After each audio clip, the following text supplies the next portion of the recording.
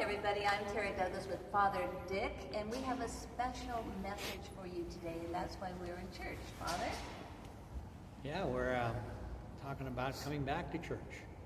The Archbishop has given us a letter, directions on when and how that might happen. December the 8th is the day, Feast of the Immaculate Conception, that the Archbishop says he would like everybody to start coming back to church if you're able to. Certainly if you're not able to, you're not obliged to, just as it has always been in the past. But he thinks that the COVID scare is diminished now. There have not been any instances of anybody going to church in the Archdiocese of Seattle and getting COVID, so he thinks it's safer. Because more people have gotten the vaccine, it's safer. We're still trying to distance ourselves, and for those who need it.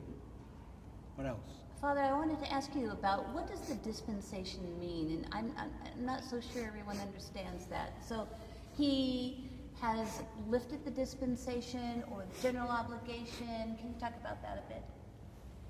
Well, we're all obliged, as you all know, that to go to Mass on Sundays and holy days. Holy days of obligation, they're called. In the United States, we only have, I think, 6 of those left. 8 of those, 6 of those. Immaculate Conception is one of those, where people are supposed to go to church under the pain of sin. But most people don't. On holy days of obligation, we have Masses, but we don't have the people coming to church like they do on Sundays. But anyway, so we're going to start, the Archbishop is starting to do that once again, because he lifted that obligation a year ago or so, whenever we started that. So now we're supposed to come back to church, or he's asking us to come back to church, realizing that people are still afraid of COVID, realizing that people are still,